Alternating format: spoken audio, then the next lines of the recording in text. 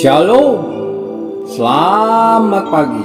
Sate pagi hari ini bertemakan daya tarik seksual, karya Pendeta Dr. Andar Ismail dari seri buku Selamat Bercinta, terbitan BPK Gunung Mulia. Dulu ketika untuk pertama kalinya memimpin percakapan pranikah, saya merasa diri hebat. Dengan suara mantap, saya bertanya, "Apakah Anda berdua saling mencintai?" Akan tetapi, pada malam harinya, ketika mengevaluasi percakapan itu, barulah saya sadar bahwa sebetulnya saya sangat bodoh. Mengapa? Oleh karena pertanyaan tadi bodoh sekali. Itu sama bodohnya seperti bertanya kepada pedagang jeruk, "Bang, jeruknya asam atau manis?" Dengan berkembangnya pengalaman, berkembang pula alternatif pendekatan yang saya gunakan untuk percakapan pranikah. Salah satu pendekatan itu berangkat dari pertanyaan, apa yang membuat Anda tertarik atau jatuh cinta pada dia? Kebanyakan pasangan memberi jawab tentang hal yang terkait indera penglihatan. Ada yang menjawab wajahnya, ada yang menjawab senyumnya, ada yang menjawab rambutnya seksi, ada yang menjawab bibirnya menggoda, ada yang menjawab kulitnya lembut dan bersih, ada yang menjawab badannya berbentuk gitar, ada yang menjawab aku memang suka yang langsing, lincah dan seksi. Pernah ada seorang pemuda menjawab betisnya. Mendengar itu, pacarnya malu pada saya dan langsung merapatkan kedua kakinya, menutupi lutut pahanya dengan tas sambil menyembunyikan betisnya di kolong kursi. Jawaban-jawaban tadi tergolong daya tarik penampilan atau daya tarik seksual. Penampilan tentu perlu. Kita lebih nyaman berhadapan dengan orang yang berpenampilan menarik, rapi, dan menyenangkan daripada dengan orang yang menyeramkan dan menjijikkan. Penampilan dan daya tarik seksual memang penting. Akan tetapi, cobalah bayangkan diri kita 30 tahun ke depan. Apakah 30 tahun lagi suami atau istri kita masih berpenampilan langsing, lincah, dan seksi? Barangkali tidak lagi. Nah, kalau begitu bagaimana dengan kriteria langsing, lincah, dan seksi? Apakah nanti kita tidak tertarik dan tidak lagi menyukai dia? Kita juga perlu berpikir antisipasi dan memperhitungkan kebutuhan 30 tahun ke depan. Apakah nanti kita memerlukan suami atau istrinya lincah, seksi, dan rupawan, ataukah yang berkomitmen, peduli, dan penuh rasa tanggung jawab dalam rumah tangga kita sehari-hari? Di sini tampak bahwa meskipun daya tarik fisik atau seksual penting, ia suka yang terpenting.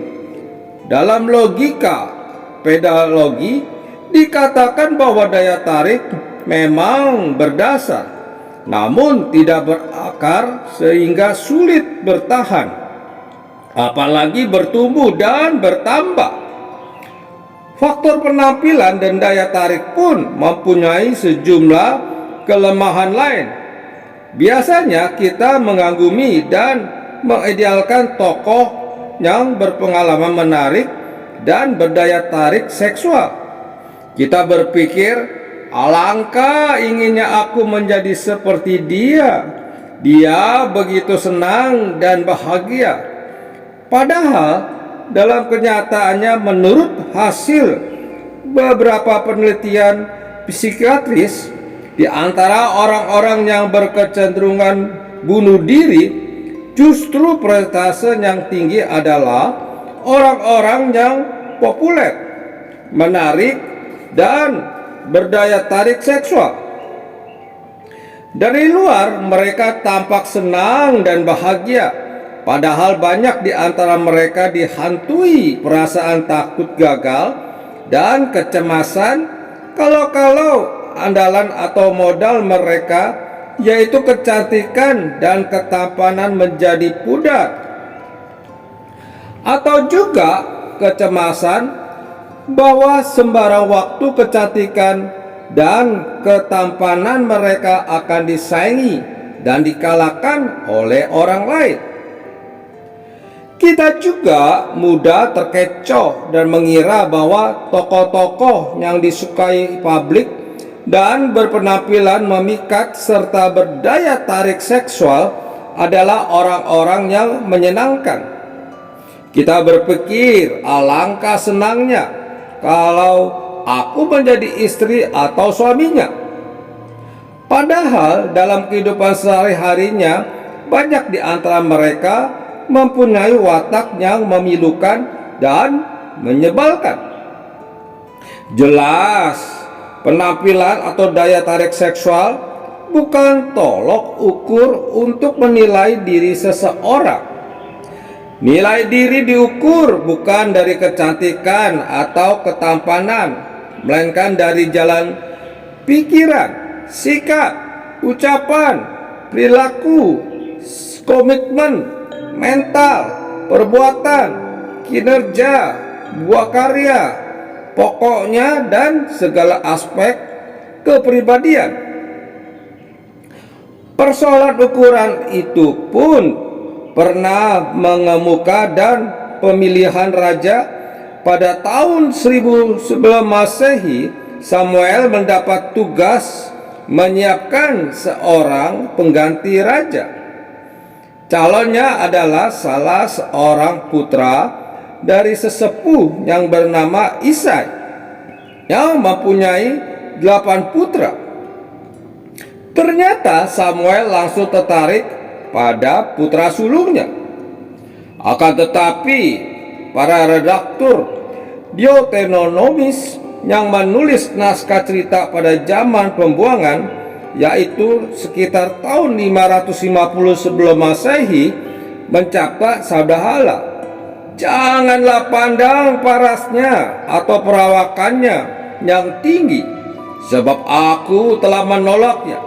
Bukan yang dilihat manusia, yang dilihat Allah. Manusia melihat apa yang di depan mata, tetapi Tuhan melihat hati. 1 Samuel pasal 16 ayat 7. Begitulah yang akhirnya terpilih adalah Daud. Simak kalimat tadi, manusia melihat apa yang di depan mata, tetapi Tuhan melihat hati. Menurut BIMK, manusia melihat rupa, tetapi aku melihat hati. Penampilan memang penting, akan tetapi bodoh kita sendiri jika kita anggap bahwa nilai diri kita tergantung pada penampilan.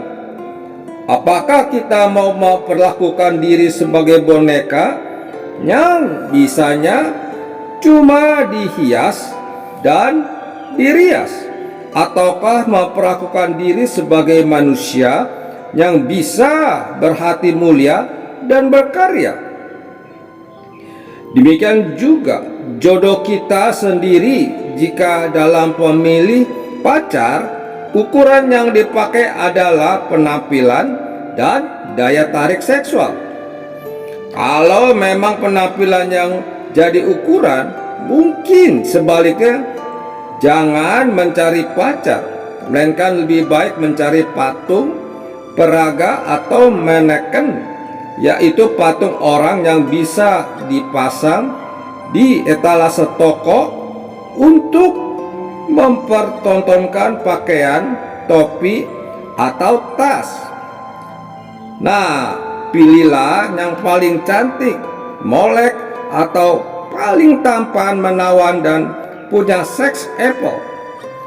Sudah pasti 30 tahun lagi pun patung itu masih punya daya tarik seksual dan masih syuh. Amin. Mari kita berdoa. Bapa Surgawi, pada pagi hari ini kami bersyukur mendengarkan renungan dari program Sate Pagi ini. Biarlah kami semakin hari semakin bertumbuh dalam iman untuk menilai seseorang. Amin. Cahaya hilang di sekitarmu, bujuk mereka agar kembali. Yesus mengundang, mari padaku, terima sabdanya hari ini.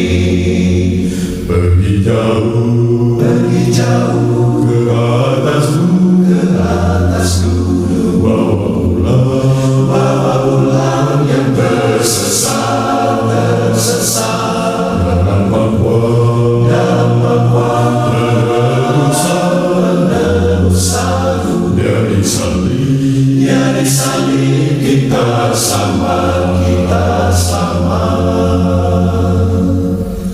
Cari yang hilang, luka dan lemah, bawalah semua kepadanya.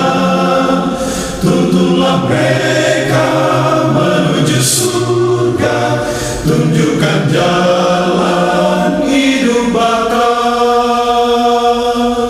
Ku mau pergi bersaksi baginya, dan ikut Yesus selamanya. Tolong yang letih, hibur yang duka, hingga tiba di rumah Bapa.